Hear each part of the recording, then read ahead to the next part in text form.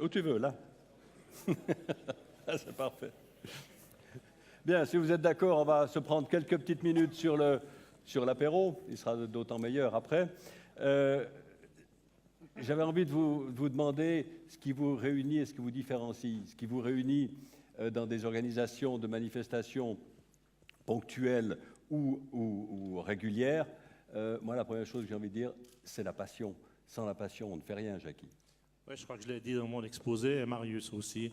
Si vous n'êtes pas passionné, vous ne réussissez rien. Et je crois que c'est le fil conducteur. Et cette passion, vous devez la transmettre aux gens. Vous devez, cette attitude intérieure positive, si elle n'existe pas, il l'a très bien illustré, Marius, on ne peut rien réaliser. Et je crois que ce n'est pas seulement dans des organisations sportives, mais c'est dans la vie de tous les jours, dans son entreprise, vis-à-vis de ses collaborateurs et de tous les gens qui vous soutiennent. Et comme je l'ai dit, ces bénévoles qui sont là, s'ils reviennent chaque année ici, je ne vais pas dire qu'ils se battent pour avoir une place, mais les places clés, elles ne sont jamais remises en cause. C'est parce qu'on a cette vision, et c'est aussi cette transparence vis-à-vis de ces gens-là, de donner les exemples de ce qui doit être réalisé, comment ça doit être fait, ne jamais tricher sur le sujet. Ce que vous différencie peut-être alors, ce sont certaines contraintes. On a parlé bien sûr, on a évoqué tout à l'heure les contraintes liées à l'atmosphérique, hein, au problème même du télécabine qui ne partirait pas. Mais dans une organisation d'une épreuve comme une Coupe du Monde de ski, il y a, j'imagine, un cahier des charges imposé par la FIS que Atletissima n'aura pas forcément. En revanche, Atletissima va négocier les contrats et l'engagement des athlètes, tandis que vous, on vous amène des charters de 40 skieurs par nation. C'est un peu ça ? Oui, alors absolument. Pour rebondir à ce qu'a dit Jackie tout à l'heure, la passion, c'est le premier mot. Moi, je dirais, deuxième des choses, c'est croire à ce qu'on fait. Jackie croit à son meeting qui est extraordinaire. Moi, je crois à ce que je fais sur le haut plateau de Grand Montana pour développer. Et on a certainement les deux le même slogan, le plaisir de faire plaisir. On aime faire plaisir aux gens qui sont dans la région, aux spectateurs, aux athlètes, aux bénévoles. Ça, ce sont les trois éléments, à mon avis, qui nous lient absolument. Maintenant, c'est vrai que la différence est grande. Coupe du Monde, quand j'étais commandant de la patrouille des glaciers, je faisais ce que je voulais, où je voulais, quand je voulais. Je donnais le départ ou pas. Quand vous êtes à la tête de la Coupe du Monde de ski, alors, comme tu l'as très bien dit, Jacques, il y a des règles très précises. Et puis, ou vous obéissez, puis vous avez du succès, mais comme j'ai appris à obéir, donc il n'y a pas de problème. Ou alors, si vous ne respectez pas, on vous dit, vous revenez dans le calendrier. Il y a tellement de stations qui veulent organiser des Coupes du Monde, vous revenez dans le calendrier dans 5-6 ans. On a eu ce cas cette année où finalement, Grand Montana a dû accepter une compétition féminine, je crois, pour rester au calendrier. Alors absolument, il y a eu à un moment donné les politiques qui ont voulu... c'est vrai que ça coûte. Et là, je tire un coup de chapeau aux autorités communales et cantonales. Et puis, on voulait avoir plutôt des hommes que des dames. On voulait sauter une année. Puis à la FIS, on dit, attendez, vous voulez quoi? Vous voulez des courses ou vous voulez pas des courses? Puis à un moment donné, il faut réfléchir, comme j'ai dit tout à l'heure, décider et assumer.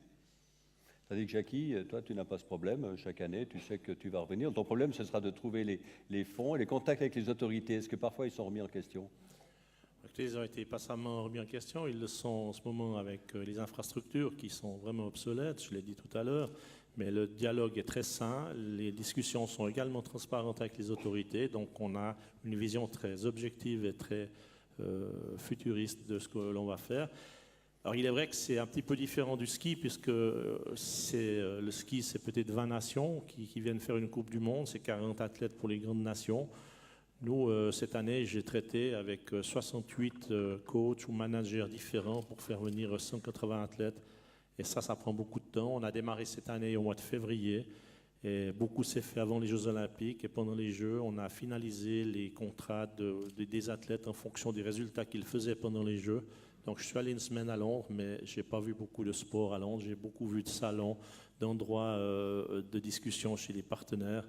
Donc, c'est un travail de longue haleine, mais toujours avec cette même passion, toujours avec cette envie de faire partager tout ceci à ceux qui travaillent avec moi, mais aussi aux spectateurs, aux médias, et aussi d'offrir cette visibilité à la région et à la ville de Lausanne, au canton, et qui nous le rendent bien, parce que comme l'a dit Marius, on fonce peut-être une porte ouverte, mais sans le soutien de l'État de Vaud et de la commune de Lausanne, il n'y aurait pas d'Athlétissima. Mais alors, tu parlais tout à l'heure d'une aide au déficit à raison de 3/3.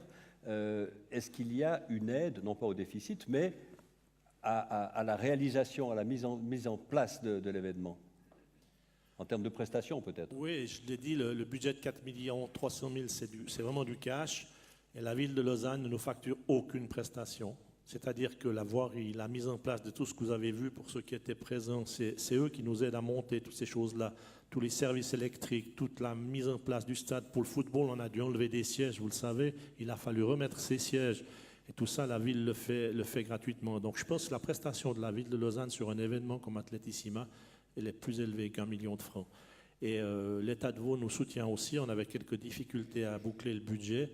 Et j'ai rencontré le conseiller d'État à Londres. Et il a convoqué dès le lundi de la rentrée Nicolas Imhoff qui est là. Et j'ai obtenu une rallonge de subventions pour différentes raisons. Enfin, je peux la dire, comme on avait beaucoup plus d'athlètes, on paye des impôts, ce qui fait que la subvention de l'État de Vaud couvrait, en fait, était remboursée nous-mêmes par les impôts qu'on payait. Donc la subvention de l'État de Vaud était zéro. Et en fait, on a fait une discussion qui était très courte et Nicolas m'a dit à la sortie, il m'a dit, tu es celui qui a le plus de rendement à l'heure, parce qu'obtenir 70 000 francs de l'État de Vaud en 10 minutes, ça fait cher à l'heure. Alors, j'aurais une question peut-être l'avant-dernière à Marius. Il y a toujours la probabilité, la possibilité d'intempéries, de renvoi. Est-ce qu'une organisation d'un événement comme une épreuve de Coupe du Monde peut être assurée? Est-ce que vous êtes assuré? Alors absolument. Donc j'aimerais remercier. J'ai vu qu'il y avait le directeur de l'entreprise d'assurance à laquelle on est associé. C'est environ, pour un événement comme une Coupe du Monde, c'est 100 000 francs. Donc on a une assurance de renvoi, d'annulation, de mauvais temps pour 100 000 francs. Et l'assurance joue très très bien le jeu. Alors vous devez vous poser la question, faire une analyse de la situation, une appréciation de la situation. Vaut-il la peine?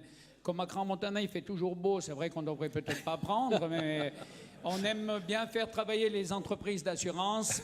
Voilà, mais on a cette assurance qui est tout à fait exceptionnelle. Je crois que c'est la seule en Suisse. Cette assurance aussi assure les autres grands événements.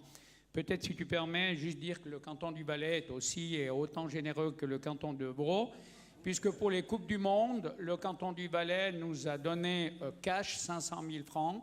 Et puis les 6 communes du Haut-Plateau, également 500 000 francs. Le reste a été pris par du sponsoring et la billetterie, très généreuse, parce qu'on sait, comme je l'ai dit en entrée, puis Jackie ne me contredira pas, si vous voulez être au top, il n'y a que les grands, c'est trop dire, que les grands événements qui peuvent faire en sorte que vous soyez tout en haut de l'échelle.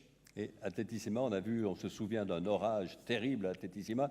Est-ce que vous êtes assuré aussi? Alors, on n'assure pas l'annulation parce que c'est surtout sur la billetterie. Le montant est très faible. Les athlètes concourent même s'il ne fait pas beau. La seule épreuve qu'on devrait annuler si on a des intempéries, c'est la perche. On a dû la faire une fois. Mais nous avons quand même fait une assurance en cas de défaut technique du stade, l'obsolété de ce stade. Et en fait, le plus gros risque que l'on prenait, c'est le risque des installations électriques, parce que lorsqu'on touche autant d'argent des droits de télévision, si le stade s'éteint, et c'était arrivé une fois, vous perdez pratiquement l'entier des droits TV. Donc on a assuré les installations techniques du stade en hauteur d'1,5 million. Alors j'ai une ultime question à chacun d'entre vous. Est-ce que vous pourriez imaginer d'échanger vos rôles? C'est-à-dire, Jackie, tu organises une épreuve Coupe du Monde de ski et Marius, Athlétissima, en termes de compétences ou d'envie ou de curiosité? Alors, j'ai été très bon skieur. Je n'ai pas été champion suisse du 800 mètres, hein, donc il faut un autre gabarit que ça pour être champion suisse. Ah, junior, j'ai cru que tu étais senior.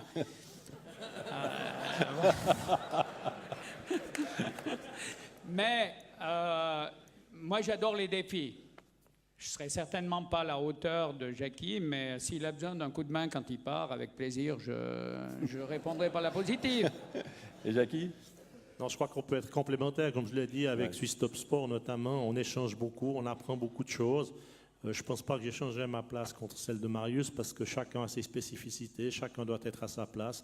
Et comme je n'imaginerais pas de devoir, pour des raisons techniques ou d'infrastructure, devoir organiser le meeting soit à Yverdon ou à Genève, pour moi, ça n'entrerait pas en ligne de compte. Il y a une histoire, ça fait partie du patrimoine lausannois et de l'environnement de ce canton.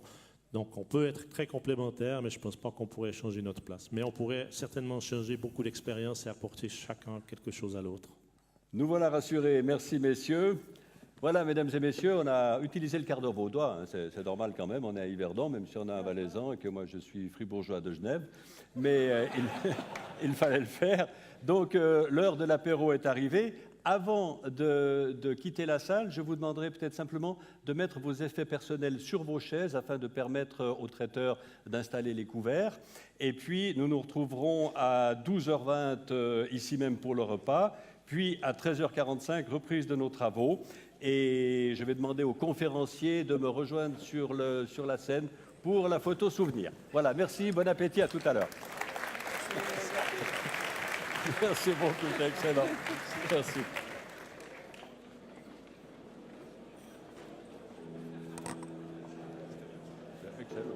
Excellent. Oui, vivant, dynamique, tu vois. Avant, on a des technocrates, des ingénieurs, des gens hyper costauds, mais disons que là, on touche les...